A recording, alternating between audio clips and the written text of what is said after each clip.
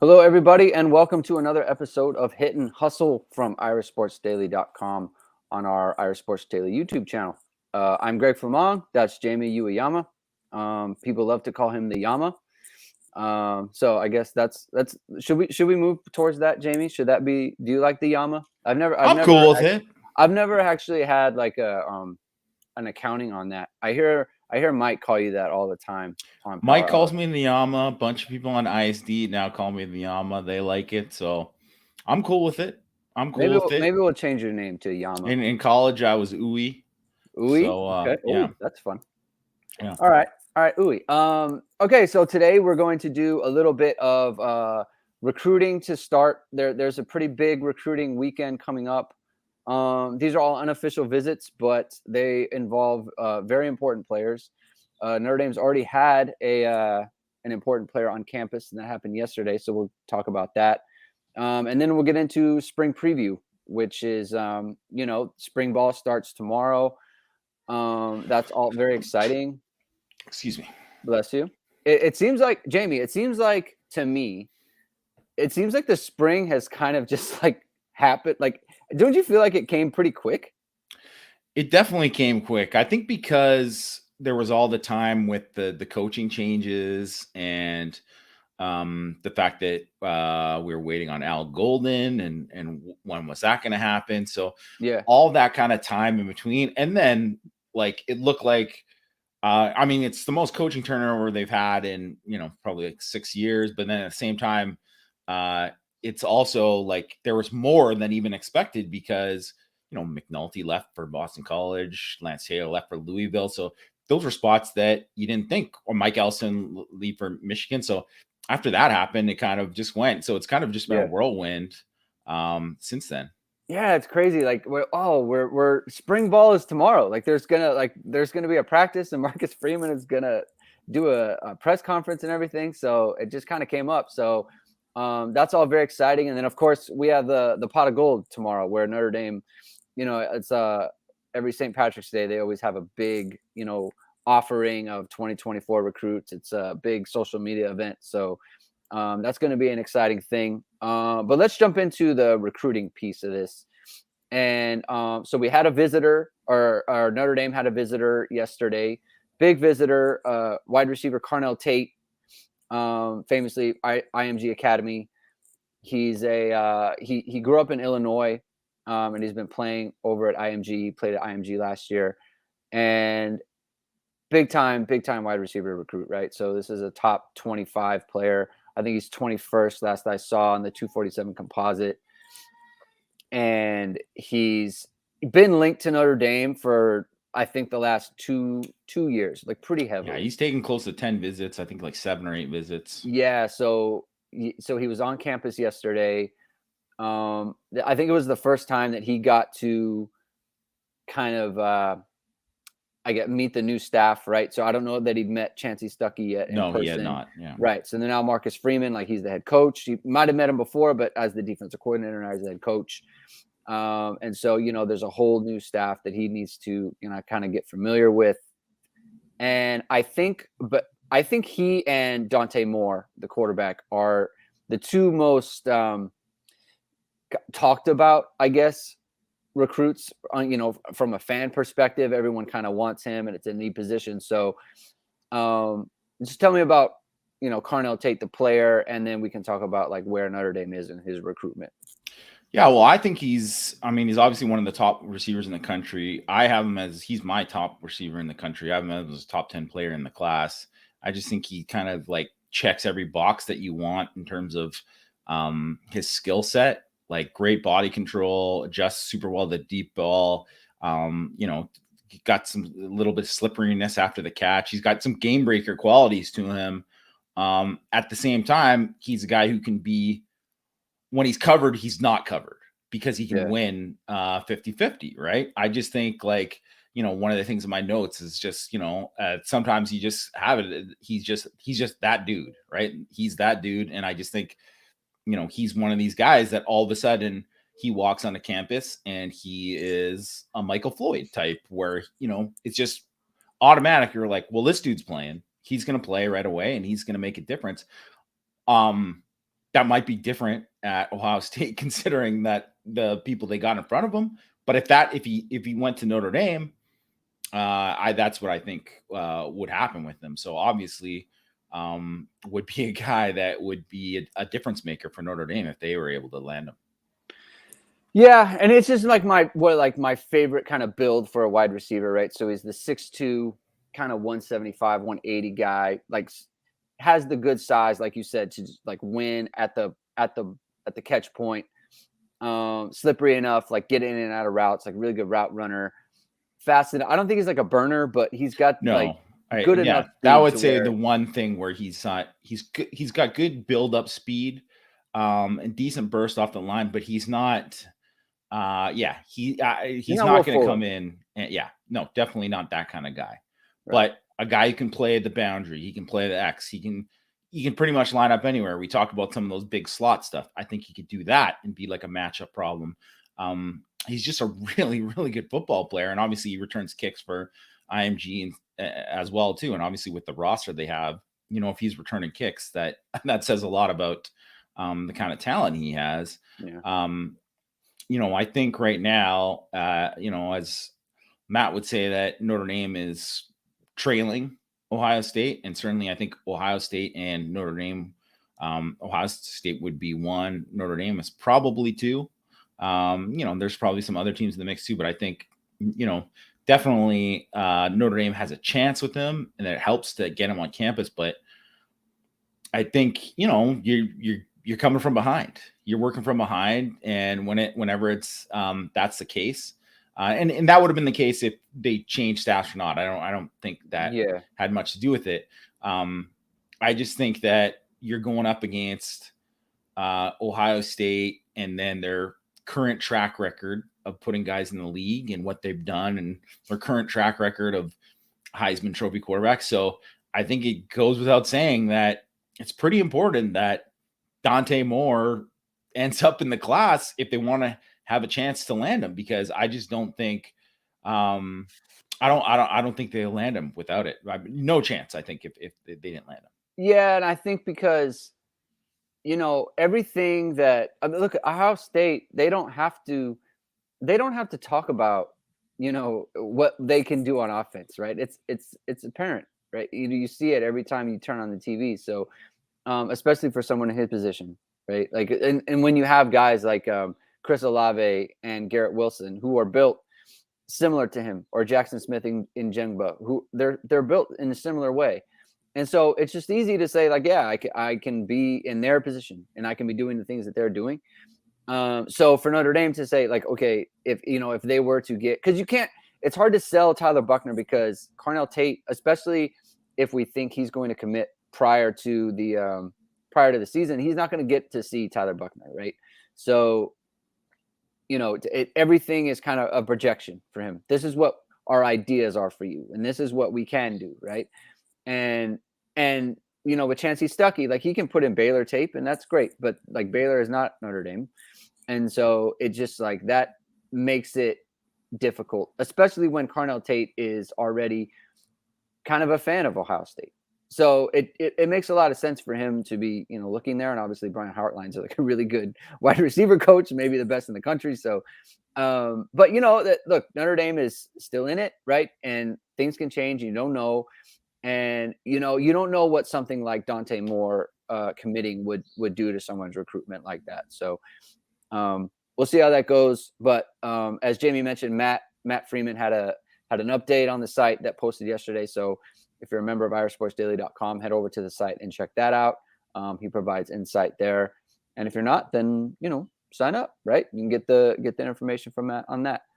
All right. Another visitor coming in this weekend is going to be Samuel Mpemba I think he's an edge guy being recruited maybe as a rover, plays a lot of wide receiver at IMG.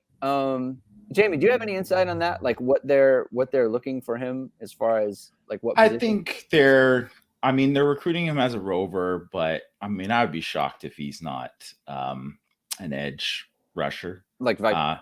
Like a Viper. He's absolutely, his skill set absolutely fits it. Yeah. I think you know, they're wrong. It makes sense. Like the edge rushers in this class, it's just loaded, and obviously he's one of the very talented ones up there. But I just think that like, and obviously you see his athleticism. Like he's just right now he is this raw like ball of clay that has all this like, you know, freakish athletic ability, right? And I mean, you see it at receiver too. Like the guy could legit play on He's offense. playing receiver at IMG. I mean, yeah, he could legit play on offense. But I mean, his future, his highest ceiling is on defense, and I mean, he can be absolutely special. So this is like a perfect example of a kid that no way before Marcus Freeman, there's like zero chance this kid is even taking a visit to Notre Dame. You know, like this is something where Notre Dame and the staff, the current staff, have really, really done a great job of getting in there and not like getting this kid on a visit where it's like he's coming with the 7-on-7 team and they're going to be there for like 30 minutes or whatever. Because Notre Dame had a lot of those guys. Like guys passing through, you know, like, and whatever, you know, and like they got a tournament in Chicago or whatever. So then they're going to come through and then maybe they'll make it, maybe they won't or whatever. Right. Like, or we're definitely going to hit up Michigan and Ohio State. Maybe we'll hit Notre Dame too. Yeah. And I don't think that's obviously not the case with Mpemba. And I you know, he's a top, I have him top 50 kid in the country. He's just really, really good twitch. And I think that he's someone that once he kind of puts in the time to kind of develop, you know, he's going to be, you know, a scary dude. Yeah. And when Jamie says top 50 in the country, like in composite, he's 15th, right? This is a 5-star player. I mean, so I don't think he's a 5-star player, in my opinion. That's just my opinion. To me, like, first of all, they're handing out 5 stars like candy with some of these guys. You know, like that's just my personal opinion. Like, not everyone is a 5-star, whatever. Like, I mean, I'm fine with it eventually getting there with a lot of these guys, but like, I mean, to me, I mean, and he has like special traits or whatever, right? But I don't know. Like to me, I need to see more film. Well, I think that then this is a prime candidate to, you know, get the Notre Dame commitment, and then the traditional ratings drop that inevitably follows. He's going to be 104th in the next update, right? Yeah, that's how it always goes, right? Not top 100, 104th. You know, sometimes you got to happens a lot. Yeah. You got to see the verified 40. You got to see the verified 40, Jamie. So I think there's some positive juice associated around Notre Dame and Mpemba. So I think Notre Dame definitely has a shot. But I mean, the one thing I would say with this kid too is much like you're seeing with Peyton Bowen and Keon Keeley right now, he will probably be a guy that teams are going to keep on no matter what. It's almost like you want to just you might not even want to get an early commitment. You want to just kind of stick it out and just keep fighting and then see what happens. Yeah. I'm going to put this out from Brendan. If Mpemba takes wide receiver snaps, what kind of flowers do you want for your funeral? After you burst a blood vessel knowing it should have been Kyle. Listen, I'm never going to get over this. For as long as I am a Notre Dame fan, I will never get over it. Kyle Hamilton should have played on offense. And to answer the question, I would like tulips.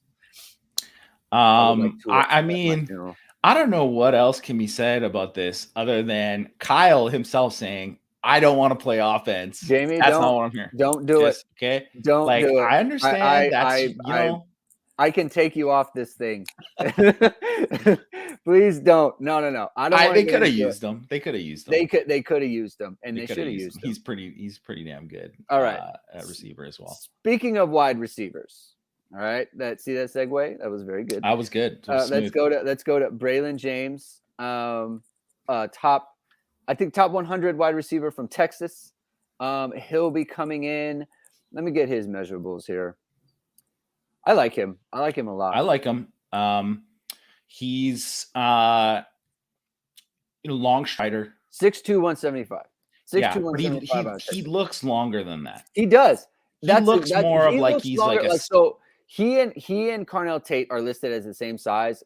Braylon James looks bigger than him. This is why you honestly why you want to get the guys on campus too, because when you want to look at them and there's a difference, right? There's some guys who are 6'2" and they don't have the same levers where they can really go up and get it at the same time. And they're just different players, right? Or they're 6'2" in the program, but they're really like, 5'11" and 3/4, right? Like Braylon James, I mean, he looks like to me, he looks taller than is listed. The way that Love his catch radius, like you said, go over the top of people. Yeah. Definitely a boundary stripe. Not the twitchiest guy in a short area. I thought he was a little bit twitchier as a junior. Got some more, showed a little bit more shake after the catch. I would think he's pretty comparable to a Deion Colsey. A similar type of player to him. And to me, like, that's obviously, those are the kind of guys we'll get into when we're talking about boundary receiver later, but like, you want to stack those guys on the top of each other. Like, Colsey, Tobias Merriweather, Braylon James, you want to continue to get these guys because that's really where Notre Dame was at when they had Boykin and Claypool. Yeah. And then, really I had wrote about it, and I know we had talked about it, like they needed to play like Boykin and Claypool together on the same side and let people deal with it more. And I'm just like, take advantage of those giants and just do it. And like you said, maybe he's not listed as a giant, but he plays like a giant. So I really, really like his game. Yeah, I actually, when you bring up Boykin, I thought he was almost like a I don't want to say twitchier version of him. I think that his feet were better in terms of, or they just seemed better to me at the same age. Definitely, Boykin was not that sort of thing. He was not the smoothest with his transitions as he was younger, which is just one of the reasons I think like he was a little bit of a low 4-star, even though he ran like a mid 4.5s, and you're doing that at that size. Normally, that's like should be a top 100 kid, but there was things about him, and then also too the offense. Yeah, he was just, and I think he got better but at the same time too, he's always a guy who's got to win. He won with leverage and boxing out, and I think that's something that Braylon James does well too. So you're looking at a guy I think has maybe a little bit more athletic upside, but then similar skills. Yeah. All right, let's move on to Jaiden Ausberry. So this is a linebacker from Louisiana. Oh, by the way, I'm going to transition back. Braylon James, good vibes there too. Yes, the vibes are positive, and we like that, right? So, I don't want to say commit watch or anything, Stranger Things, but Notre Dame, I feel like they're in a really good spot for him. All right, moving on with Jaiden Ausberry. All right, linebacker from Louisiana. I want to give you a comp, and I think you'll appreciate it. Some people won't appreciate it because of the college he played for, but you will appreciate it as a Pittsburgh Steeler. How about a little Devin Bush situation? I think that's a pretty good comp. Like definitely Devin Bush. 6 foot, 205. Yes. 6 foot, 205 for Jaiden Ausberry. Devin Bush, I think, was just under 6 feet. Yeah, so he might have been well under. I'm definitely at that age. Like I remember seeing him in person at the opening, and I was like, Devin Bush is small. Like he is tiny. He could run, but he was tiny. And I think, it's funny. I was talking about with Matt earlier today, actually, about some of these linebackers, and it's not a great linebacker class, overall in general. So I think it's great that Notre Dame, very like good to have Drake Bowen in the class, because to me, he's like probably a top 5 linebacker in the class. Definitely a top 100 level talent, in my opinion. Ausberry also, I think I'd put in as a top 100 level talent. Smaller, but yeah, like you said, just fast, explosive as a blitzer, acceleration from depth, right? Like but works his way through trash. Like he's not a guy you want taking on guards, right? Just like Devin Bush. He's not a guy who's going to win that way. If you keep him clean, this guy could be lights out, right? Like, because I think, as like a hidden run player, like he's got to get better with his hands. And I also think he's a little bit of like Jalen Sneed-ish in terms of athleticism, right? Like, and he's probably a little bit bigger, but maybe not, because Sneed was listed more, and then he came in at like 200 basically, right? So I don't know, he's just a playmaker, right? Like, absolutely, like, to me, if you get this guy in the same class as you get a Zinter, Preston Zinter is already committed, who might grow into an edge guy, and then you get Drake Bowen, I mean, call it a wrap. That's a good linebacker class, right? Obviously, this is a Louisiana player, so it's going to be tough.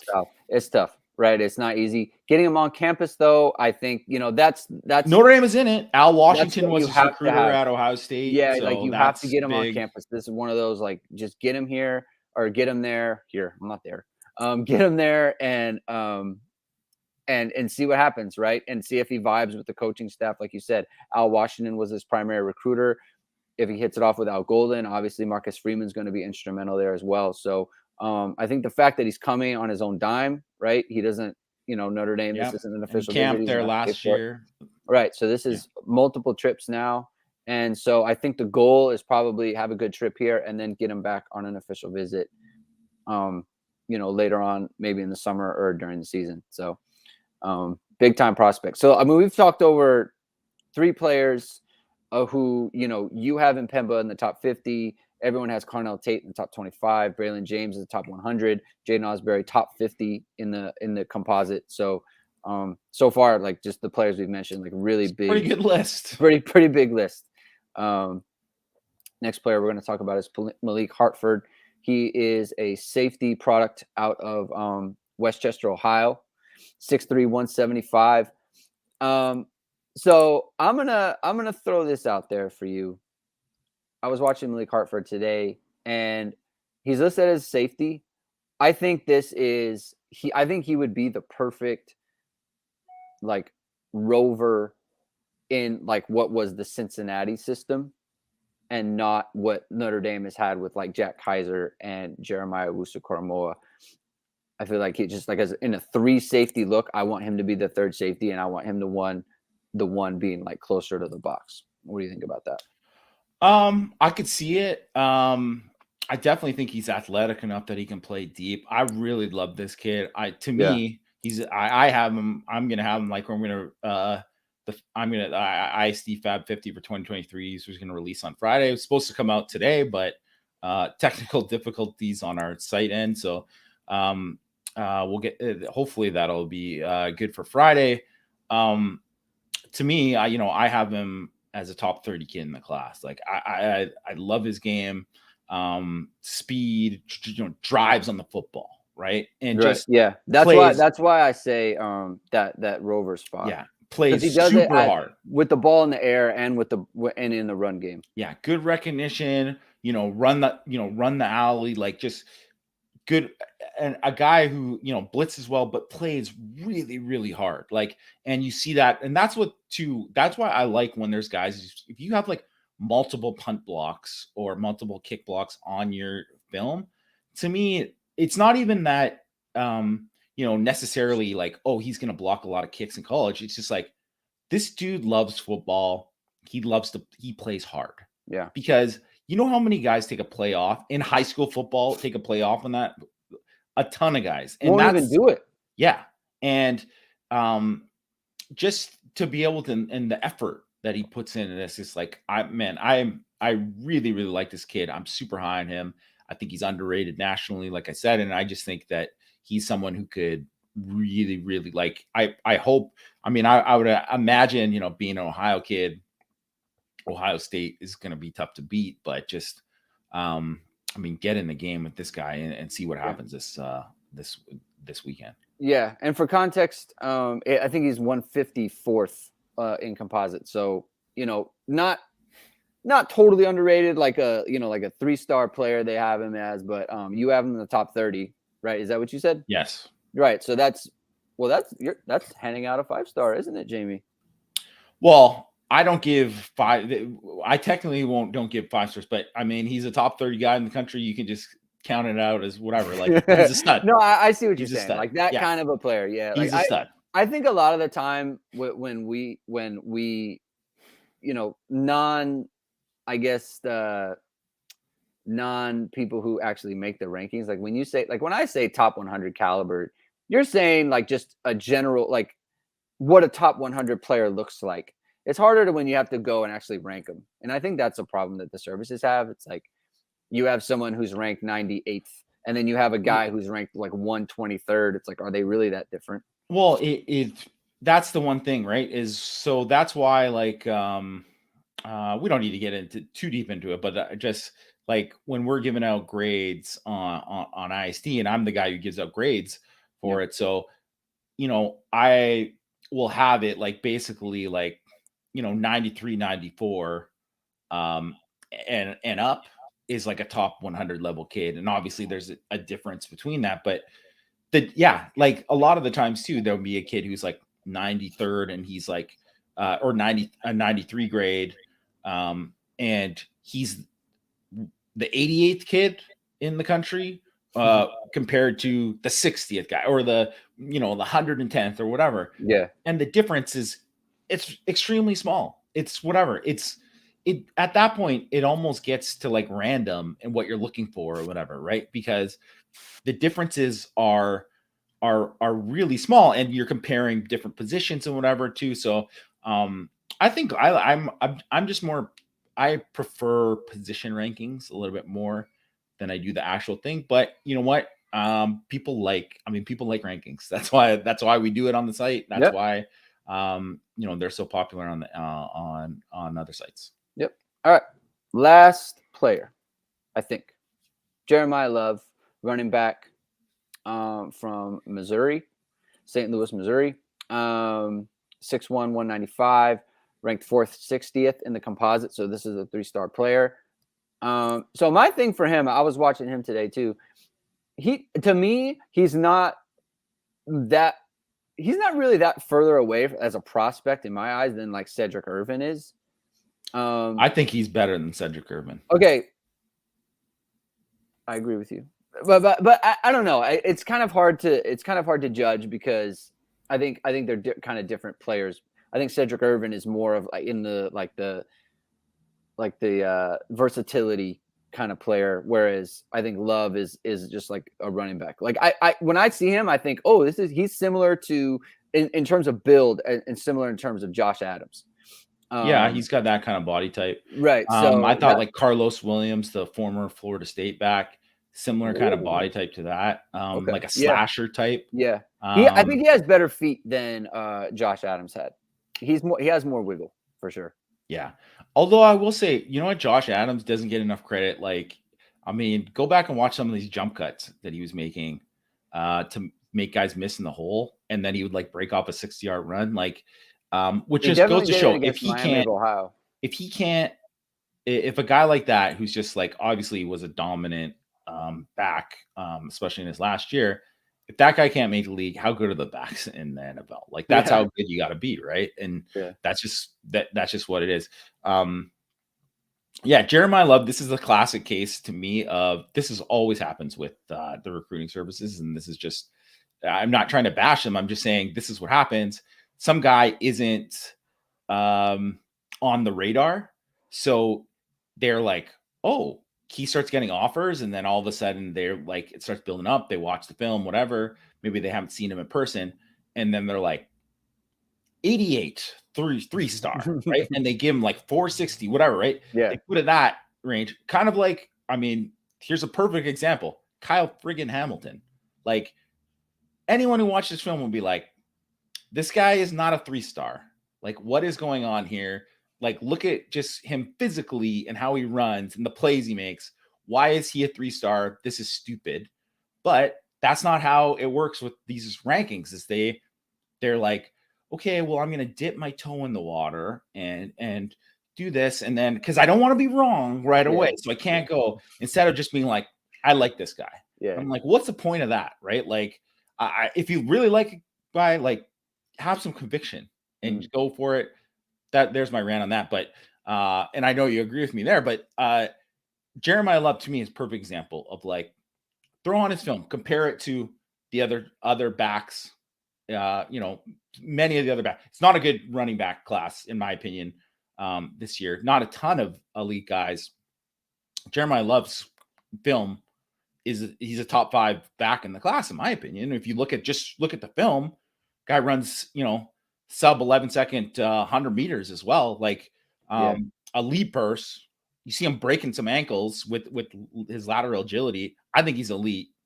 And guess what? You're going to see him in the ISD 550. He's a stud. I like him a lot. I certainly think he is another guy. I think for sure he's a guy who's underrated. And I think like maybe On3 has him like ranked quite a bit higher. Maybe they have him as like a borderline top 100 guy. And then I think 24/7 just bumped him up to a 90, whatever. But and I get it, whatever. Everyone, I'm the same way a lot of times too. You're scared of like kind of being wrong, or like, oh, I'm the only guy going out on this. But like sometimes you just see it and you just gotta know. And you just gotta know and just do it. And I think, also look at the offer list, look at the recent offers. Anytime something like that's happened, especially this is still fairly early in the game, where when you're looking at it and then look at where he's going to be. I would be very surprised if he's not a top 100 kid in the composite eventually. Yeah. You referenced his track times. Just that he has 4 times as a sophomore under 11 seconds on 100 meters with a PR of 10:76. So that's as a sophomore. So he's moving. I mean, that's pretty good. Really good burst there and long speed. Yeah. So over 22 feet in the long jump. So there's some not bad. Elite explosiveness there. So really big recruiting weekend. We got Pot of Gold that's coming tomorrow. A lot of great players on campus. As you mentioned on Twitter, it's like a really exciting time for Notre Dame on the recruiting front and everything. And obviously there's the Dante Moore situation that's kind of looming. When is he going to get back to campus? I think everyone's looking for that to happen, at the end of March, hopefully early April. So stay tuned for that. There's going to be a lot of things going on there. And so let's make the transition now. Spring ball starts tomorrow. Tomorrow there's going to be a Marcus Freeman press conference after practice, and I think there's a 5-period viewing time for the media, right? Yeah. Okay, so I think Matt will be there. Matt will be there. All caps John Bryce will be there. ISD will be represented. All caps John. That's good. So so there's going to be a lot going on there. And obviously, we've kind of talked a lot about the spring. So just kind of to wrap up kind of the preview thing, and as the day before, let's get into the big spring questions here. And you had said, we had Jamie put out 5, and I think the 5th one was like someone who can make a surprise and make a big impact. I had a couple, but we can kind of fold them into that last question. So it should work out okay. The first one that Jamie had was, will Tyler Buchner make the leap? So why don't you talk about that real quick? Well, I think it's as simple as where, what expectations are for Notre Dame this year and Notre Dame's offense specifically. And a lot of that is going to depend on Tyler Buchner's development, and we always throw the caveat as like, Drew Pine. I mean, anyone who saw some of the video, he's working. He's putting in the work. Certainly, no one ever questions his work ethic. He's not going to lay down and try to, and just give the job to Buchner. He's in it to win it, right? He's trying to win the job. And I mean, it's funny because, everybody would compare him size-wise to a Drew Brees and his style of game to a Drew Brees. And it makes you think of Drew Brees and Phil Rivers, right? Where Phil Rivers was the top 5 pick who was picked by the Chargers after, Drew Brees wasn't the guy that they thought he was at the beginning. And then it turned out Drew Brees was lights out that season. He won the job. Phil Rivers didn't start his first year because Brees was there. They decided to go with Rivers, but certainly there was a lot of like what ifs there because I mean, Drew Brees is certainly one of the best quarterbacks to ever play the game. And Phil Rivers is a really, really good quarterback, but I think most people would take Drew Brees. So I think, could it be like a Drew Brees, Phil Rivers? It could be. We'll see what happens, right? But I think going into it, we look at where, what we did over our breakdown of where things are for Notre Dame and what they can do and how they can build out the offense. And a lot of it involves Tyler Buchner and the RPO game, his running ability. And that part, I think, is just gives a dynamic to the offense that you're just not going to have with Pine. Mm-hmm. So in that sense, you want to see, will Buchner make the leap? And that becomes like in the pocket. Can he make the, pass under pressure? Is he going to be able to excel in those areas, right? Decision-making, right? Like pre-snap, post-snap, all that kind of stuff. Like that's what you want to see. And then I think because if he does make, and it doesn't necessarily that he's not going to be great this year if he doesn't make the leap this spring. But if he does, then all of a sudden you look at that Ohio State game a lot differently. Yeah. And that's why I think, to me, that's the number one question, because everybody who follows Notre Dame, yeah, people like the 10-win season stuff, but people want more. And if in order to get more, I think one of the ways to do that is if Buchner makes the leap this spring and shows that, like, wow, he's going to be something special this year. How do you gauge that, I guess? Because the media is only getting one full practice, right? And whatever periods they show, because last year, they only got 5 periods, but then they were doing a lot of one-on-one stuff. Which is good, right? It's better than the general warm-ups and the tempo drills they do at the beginning of every against air.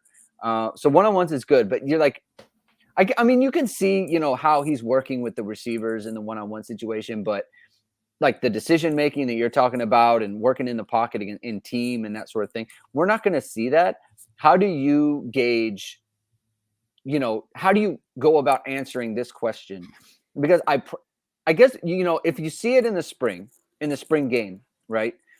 Because if you see it, then you see it. But I guess I think spring game is classic overreaction time. Right. So how do you kind of gauge whether or not it's happened? Well, really, with all of these questions, that's a thing, and whatever. It's great awesome that Notre Dame has given so much access this spring, like probably like 300 times more access to assistant coaches and all that. And that's awesome. As far as interviews. Internal interviews. Yeah. Right. So really, they get to shape the narrative. Yeah. Right. So that means, can be a good and bad thing, because I think at Notre Dame, I think it's almost good to see if the whole all media's here and they're watching Brandon Wimbush, and Brandon Wimbush is kind of, sorry to say, kind of crumbling in front of them. Net. Like, yeah, they put it on video. Yeah. I mean, because it is, and those are just warm-ups, right? Yeah. So, yeah. And that's the kind of thing, like, sometimes I think it's almost good because you put these guys in a situation, but maybe, you want to protect them a little bit. And because also too, you don't want Buchner, if he has a bad day on the third practice of spring, you don't want that to shape how everyone views him, because that just happened to be one of the days that it was a full practice, right? So I think really the only way that we can know is that, like, we're going to hear stuff from people within the program, and they're going to tell us exactly, like, Buchner, like, they feel really, really good about Buchner, and not even just what they're saying. Well, not what they're saying to us in the media, but more of what they're saying kind of behind the scenes, and also what they're doing behind, like, are they going to go after a quarterback in the portal? Because that's how you know for sure things are not good with Pine or Buchner, and they're like, oh, we need to get somebody in the portal because we need to try to get a Jack Cohn, because we got to try to win 10 or 11 games or whatever, right?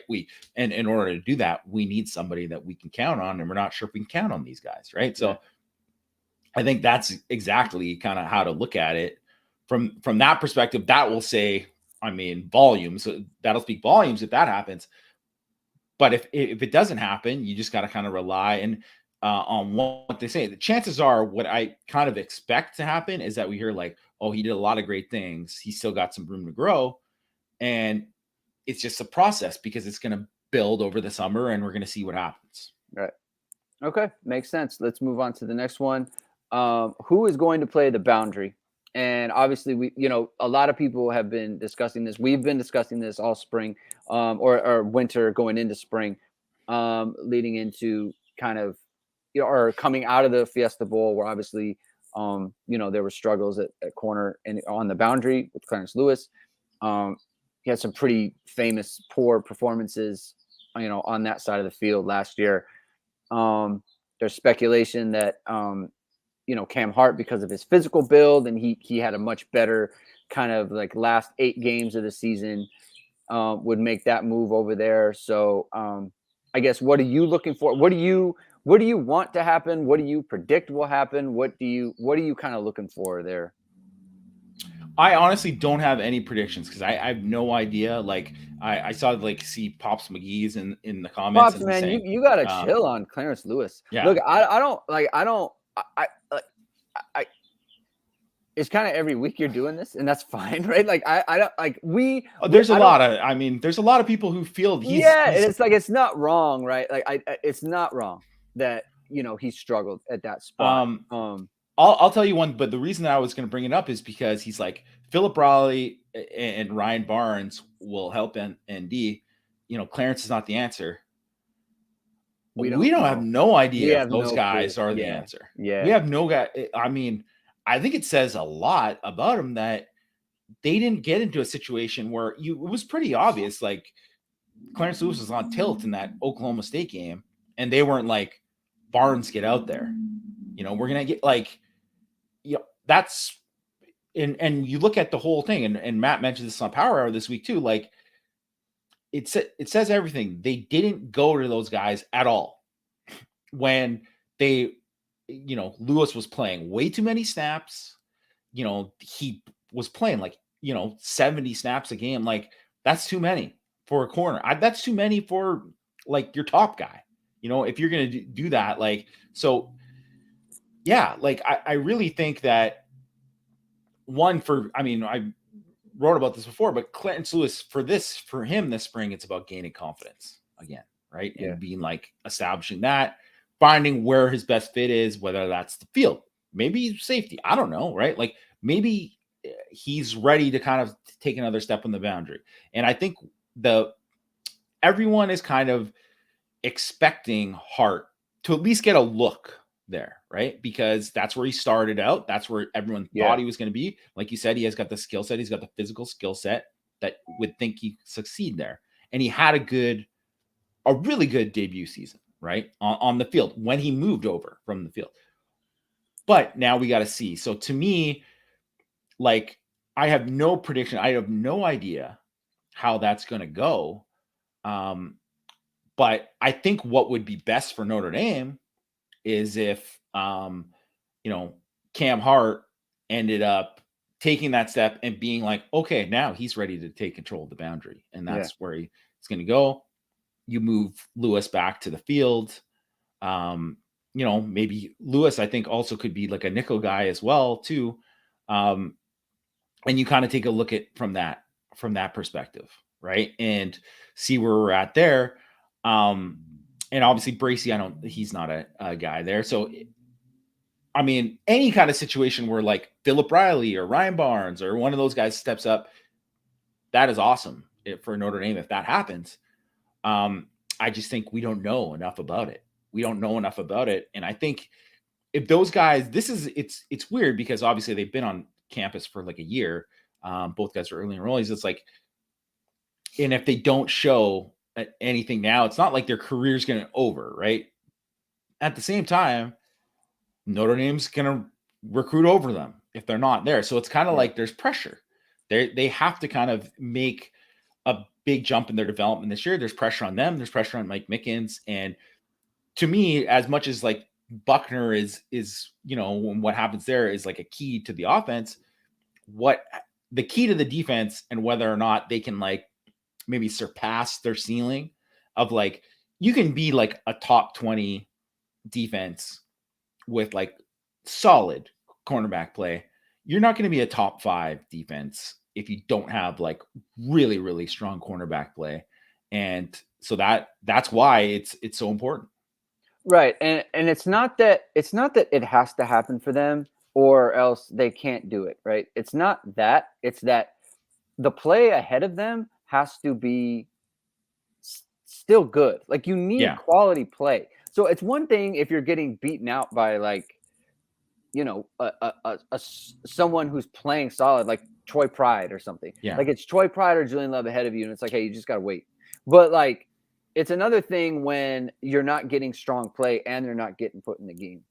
You know, and to me, it's not so much that they didn't play against Oklahoma State, because Tyler Buchner didn't play against Oklahoma State, but you win 55-0 against Georgia Tech, and they're not playing in the game. All of that. The second half of the season was all opportunities. You're killing Stanford. You're not getting the game. You're killing Virginia. You're not getting put in the game. Like, that to me is like, okay, you had opportunities then to ease them into the lineup, and it didn't happen. So there obviously needs to be, a more, a bigger level of trust there. And those are guys who aren't going through a coaching transition. So, that's going to be interesting to see. It's a really good question. So, that's something we'll be looking out for tomorrow and further into the spring. Next question. Will Marist return to his previous form? And when I say previous form, I'm referring to last summer, when basically everyone who had seen practice or was viewing practice had talked to people within the program about players who were standing out. Marist was pretty much the first person everyone spoke about.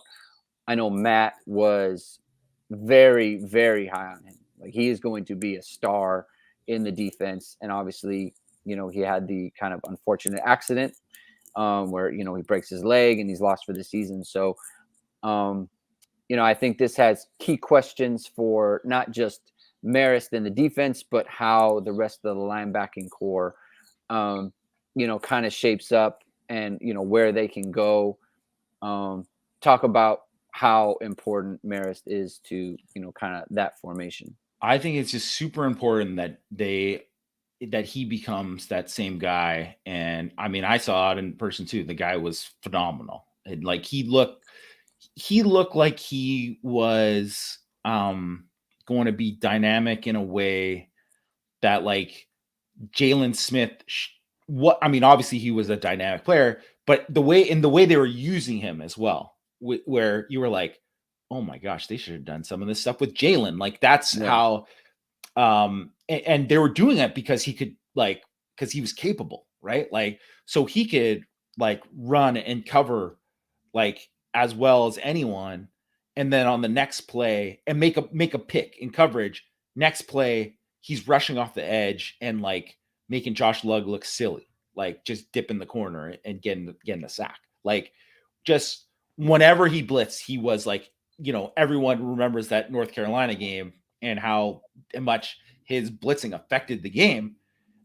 It was like that, except for just like even more explosive, and just like he would ruin a play whenever he was out there, because he was just having that kind of impact, right? And I mean, I don't know if that's going to be like an every game thing or anything like that, but like, just Notre Dame didn't have enough of that last year at the linebacker position. And it's something I'm going to write about in 6 Thoughts, but like that linebacker havoc, and obviously they missed Jeremiyah Love. That was big. And then Drew White was also hurt, and so his production dipped as well. But like in 12 games, they had 49 havoc plays in 2020. And so in 13 games, they only had 38.5 last year. Right. So if Marist is playing, that probably makes up the difference there. Right. And the havoc rate was like 20.9%, went down to like 16.5 or whatever. So that's a pretty big dip, right? So that's going from elite to average, right? And that's the kind of difference that he could have made, right? And so you want to come out of spring where everybody's talking about him in the same way, like, oh, he looks great, like he's ready to have this breakout season. And of course, if he doesn't, maybe Notre Dame is talented enough where they could make up for that if, like, say, Jack Kaiser takes a big step, or Prince Cully is like, oh, now it's like all this things are coming together for him. But I think the most likely scenario is that's what happens with Marist. And if that happens, I think that, that unlocks a lot of things for the defense. Yeah, and I think look at it from like a pass rush standpoint. It's like you're adding an elite pass rusher to the defense that wasn't there last year, right? And so, you could, you're talking about a scenario where you're having Marist blitz on the same side as Isaiah Foskey. I mean, that's a lot to deal with, right? It makes it a lot harder to chip on Isaiah Foskey. It makes it harder to double team with the guard. Like, it just causes so many problems there, and especially if you have Jason Adamilola on that side too, who's also a very good pass rusher at defensive tackle, right? So, like you said, the defense that Freeman runs is predicated upon havoc plays and creating pressure and negative plays for the offense, right? And obviously that gets lost when you lose someone as dynamic as Marist, right? Like, you bring up Jalen Smith, and maybe Jalen has some things in coverage that Marist doesn't have, but at the same time, if they can bring similar qualities to the blitz game and pass rushing and that sort of thing, and creating problems, for the offensive line, our next question is going to be, can the depth step up at defensive line? And we'll get into that in a second. But Marist helps that, right? He is someone who helps the defensive line, guys like Riley Mills or Howard Cross or Jacob Lacey, like those guys. He frees them up to when the offensive line has to pay attention to people who aren't them. And it gives them more of an opportunity to make an impact, on the pass rush and the running game and everything. So no doubt. Well, Marist like double teams, like guys player. don't stick on double teams as long because they're worried about getting off to the second level, and Yeah. like all that kind of stuff has an impact. It has a big impact. And all of a sudden, those guys are making, so it's like a two-way street with the interior guys, right? And it helps a lot. So all right, so let's get into that right now. Talking about depths on the defensive line. So we know about Isaiah Foskey, and we know about Jason Adamilola. We know about Justin Adamilola. We know those guys are kind of known commodities for Notre Dame. But we're going to have a lot of new players, right? And Myron Tagovailoa-Mosa is gone. Kurt Heinisch is gone. Howard Cross is going to be a frontline player now. Jacob Lacey is going to be a frontline player. I think we assume players like Riley Mills, Nana Osafo-Mensah, like they're going to be stepping into roles where they can't just be complimentary. They can't just be 10 snap a game guys. Like, they need to be 25, 30 snap guys.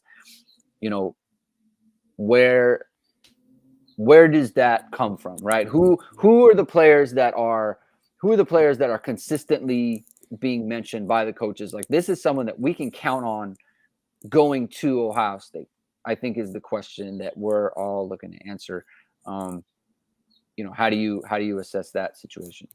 Yeah, so I think if you look at the best front four, like starting front four of the last 6 years for Notre Dame, that 2018 team was easily the best starting front four, right? You got Aquara, Kareem, Tillery. I mean, Bonner was solid, but he not a difference maker for sure. Not the best nose, but just those other three guys were all like really, really good, like double-digit havoc guys, right?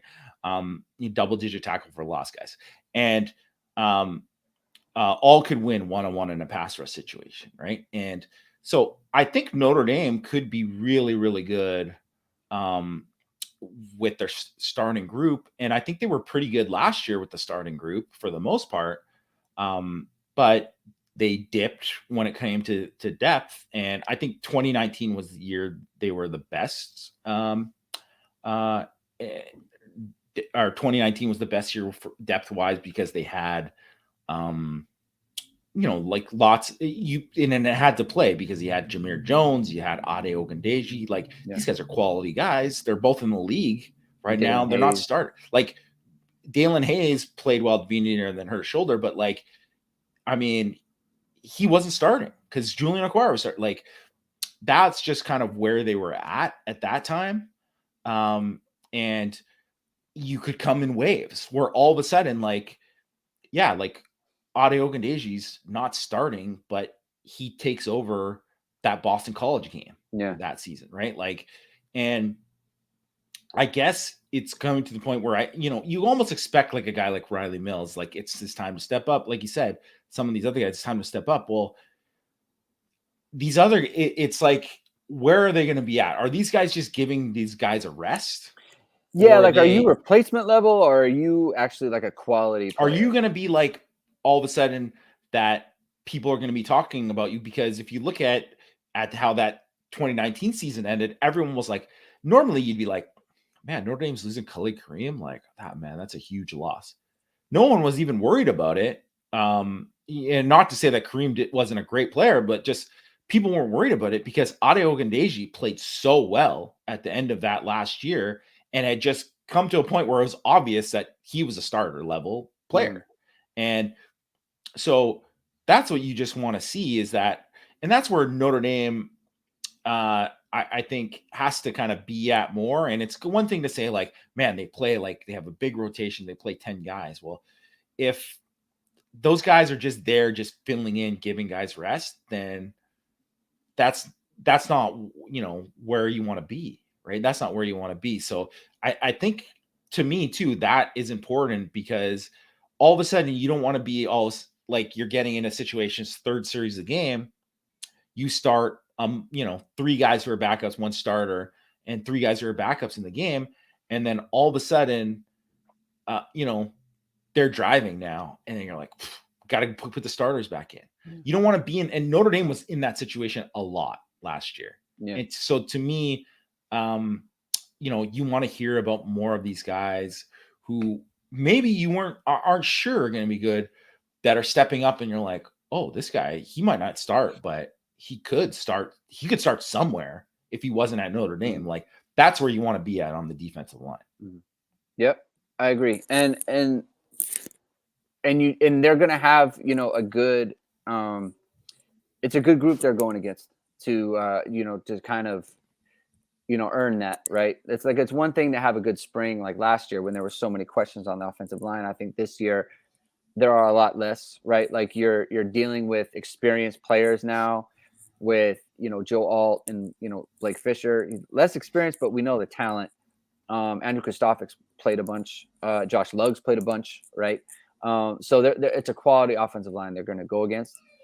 But I agree, like, and I think that will show up in kind of the spring, if we, the spring game, right? Because if those guys aren't making plays against Notre Dame's, backup offensive line, second teamers, then you'll kind of know, like, all right, this isn't really where you want it to be. And transition to our last one, which is possible breakout players, and we haven't talked very much about the offensive line. We actually haven't talked at all, just till the end. But there are some players on the offensive line that I think we could be in line for like a breakout type of thing. So like Tosh Baker or Michael Carmody or Rocco Spindler. I think those are 3 players just off the top of my head where it's like they're going to have an opportunity to kind of try to earn their way into being frontline players on the offensive line. Obviously, we need to know what's going on at center, right? Is it Zeke Correll who goes out there with the first team, or is it somebody else, right? Like, do they move Andrew Christophic and someone else is playing left guard? There are a lot of questions there. I actually had a thought that this, I kind of want to see. I don't know if I'm not gonna be able to see anything, but I want to hear about the type of camp that Chris Tyree's having, because I think that I don't want to say excuses. It was unfortunate for him last year that the offense figured out how they wanted to play at the same time that he had to go out with his foot. Yeah. And so last year is kind of a throwaway for him. But you do want to see him be the type of player that can succeed without that big runway, because everything that we've seen from him, the long play against Oklahoma State, uncovered, running free, right? the long play against Toledo, uncovered, running free. The long touchdown against Florida State in 2020, where he goes untouched. Long touchdown. Who was it against? The 91-yarder in the last game Against of Syracuse. 2020. That was Syracuse. Untouched again. Obviously, the kickoff return, long runway there. Like, can he find space where he's got to kind of weave in and out of traffic, like we've seen Kyron do, right? And it won't be to that level, but that's kind of where I want to see his game go. Yeah, I think it's obvious he has dynamic speed. Like you said, if he gets a crease, he's gone. Like he just has that, and that is just an absolute luxury to have that in your offense. But you know he can be that. Maybe he can run a wheel route and then he's just going to burn a linebacker. But yeah, can he all of a sudden, get an 8-yard run where that was supposed to be a 2-yard run, right? And so that's definitely something that I think, like, where all of a sudden people are like, I think Tyree can have a good year, to be like, oh no, Tyree's going to be awesome this year. Yeah, like, that's going to be, or for Logan Diggs or whoever, right? But I think definitely Tyree, that he would be a candidate for that, where it's like you don't know what the expectation should be, and like where they should be based on like his recruiting ranking, and obviously he's made these big plays, but is he more where all of a sudden you're like, oh, he's going to be like, he's rushing for 1,000 yards this year. He's going to be a guy who's a consistent playmaker, like all these things. And I think, that's a terrific one to bring up. I think at, receiver, it's like, so like people expect Lorenzo Styles to have a breakout, but then it's like, like Deion Colzie, like he's the one for me. To me, because that's something that all of a sudden, we talked about when we were talking about Braylon James before, of all of a sudden, he looks like he's going to be like a guy that all of a sudden, you're going to go to him, like it's, third and 8, and you can go to him back shoulder or whatever, right? Like all that changes the dynamic of what you're looking for. You're not forcing it into, Michael Mayer every time, because teams are going to double him, right? So you want somebody who's going to be able to win in all these situations. What you ideally want to have is you want to have guys who can win in all these different situations. So you have, you have the dynamic guy in Styles, you have Mayer, who what he can do after the catch and 50-50 situations. And then you want to see, do you have that boundary guy? And Colzie, I would say, I'm not thinking that like he's going to be like all of a sudden he's not going to be Chase Claypool in 2019. I'm not thinking anything like that. But if all of a sudden he can look like he's on his way to that at some point, like that would be very exciting for the offense. What I want to see is, I want to know who they put him against in one-on-ones. Are they putting him against Cam? Because if you're putting him against Cam, then that's there, that's especially from a size thing. Yeah. Like Cam is a really, that's the body type he's going to see. Right. Really long, really good athlete.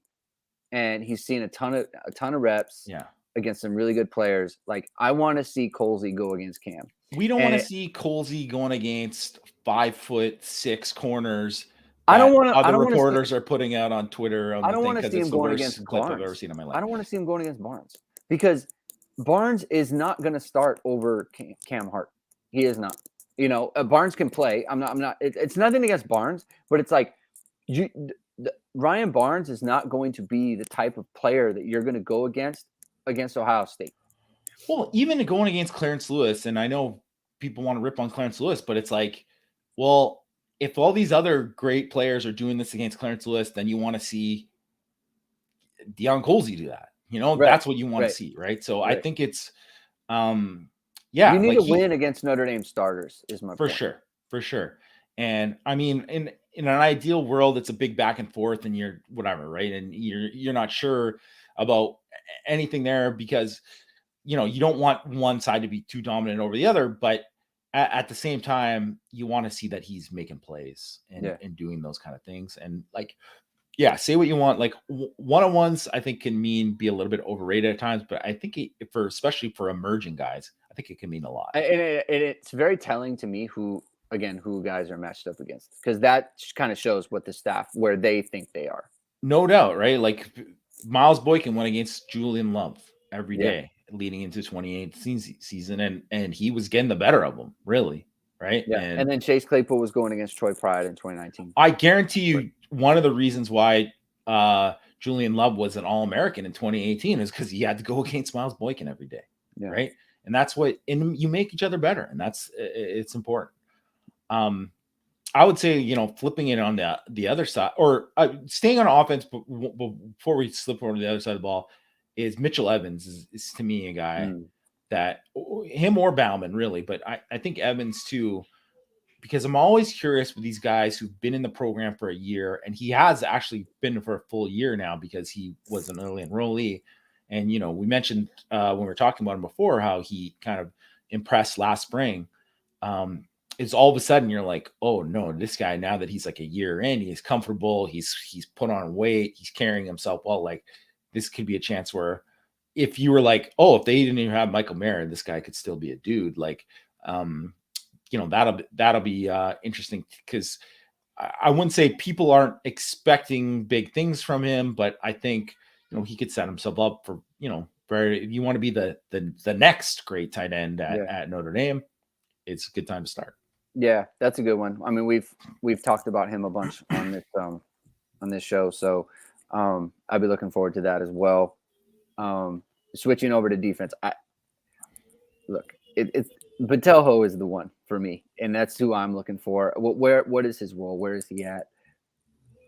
Wherever he is, like, is he making an impact, right? Or is he just the guy that they're hoping, and because he's going into his third year now. So just generally speaking, you're going into your third year.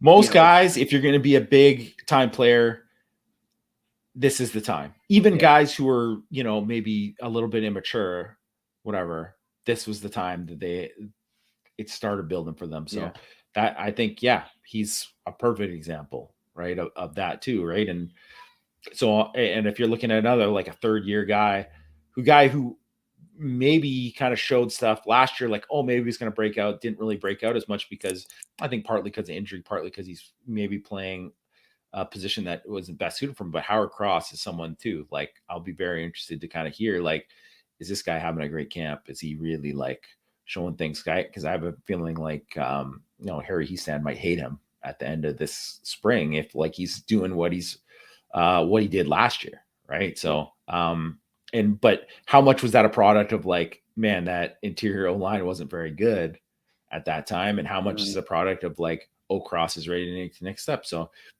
he's a guy up front, him, and then I think Nana, just because, you've heard good things about him in the off season. Well, now let's see it. Let's see what you go. Yeah. I can't believe we're on a whole show and I haven't brought up any safeties. I know. So I love Ramon Henderson. Brandon Joseph, I don't know. I don't see him as a breakout kind of candidate. No, I mean, he's obviously had a lot of production in his career already. For me, Xavier Watts, like Watts for sure. Let's go, man. I'm very excited about him. I kind of temper my enthusiasm around him, because I don't want to get, a little out over my skis with just like what I think of him as a player. So I kind of want to see, like, is my enthusiasm for his game, like, warranted? Because I just really think a lot of his skill set, I just, when a guy gets on the field and he immediately starts making plays, like, I get really excited about that. Safety is that kind of position. Like, if you just know how to make plays and you know how to be around the ball, like, that's just, it's a skill that it's hard to teach. You can't really teach it. And so, if he has it, then, and I think that'll show itself in practices and in reports and that sort of thing. So really excited for him, really excited, to hear about his development. You have anybody else that you wanted to touch on? No, those were I think we covered most of the guys. What I'll be really interested in is if any of the guys that we mentioned really goes beyond to the point where, Kyron Williams certainly wasn't a guy that going into his breakout year, second year at the program, no one was like, man, Kyron's going to have excuse me, is going to have a monster year. Like, excuse me. No one was expecting that. No one was expecting him to be that good.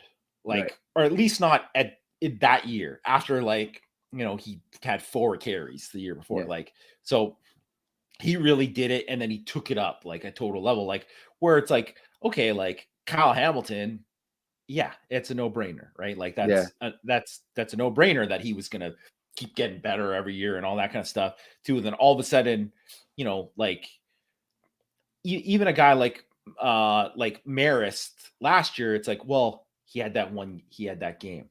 That was just like, that was a special game. There's definitely, you know, like Mills had a Virginia game where it was like, oh, he got the freaking game ball. Like there's those kind of things. Now, is there somebody like X Watts who really just had those brief glimpses? Like, can all of a sudden X Watts, you're like, oh, like he is a big time player. Like, is there going to be like that kind of thing? And I mean, to me, he would be a classic wild card of like, because I think people have certain expectations that Ramon Henderson is going to be good for Notre Dame this year. I am one of those people. So yeah, and I'm with you there too. But like, I am, you know, consider me extremely intrigued by X Watts, and I'm excited to hear how his spring ball goes. Yeah. All right. I think that'll do it for today. We you know, got into a lot of topics. We got into a lot of things. Very exciting time. Like we said before, it's like the start of spring ball. Congratulations to everyone. You know, we're actually going to talk about like real football things going on. So, stay tuned, stay locked in with, you know, Hit and Hustle and everything. I'm gonna be trying to put out more videos, just kind of like spring recaps if there's enough information, right? Like I want to start putting out more content on the YouTube channel. That'll just be me, and then, you know, longer form stuff when there's actually like a lot of content to talk about. Obviously, me and Jamie will hop in with that. Thank you to everyone for, you know, tuning in, hanging out with us. You know, hit the subscribe button if you're new here, if you really liked what you saw today. You know, we're going to be doing more things. And again, especially as practice starts, right? And, you know, practice, that's kind of like the whole thing about this show is like looking at film and things that happen and, you know, breaking down those things. And obviously that's what everyone kind of likes, right? Like just talking about the game itself and, you know, what you see and kind of dissecting all those things. So stay locked in with that. Go to irisportsdaily.com. Always a ton of information. Matt and Jamie do a really good job. You know, Jamie's got his 6 thoughts coming out tomorrow. Matt's always constantly having updates. Christian McCollum has a lot of updates coming all the time. Really good information. So head over to irisportsdaily.com. Check it out.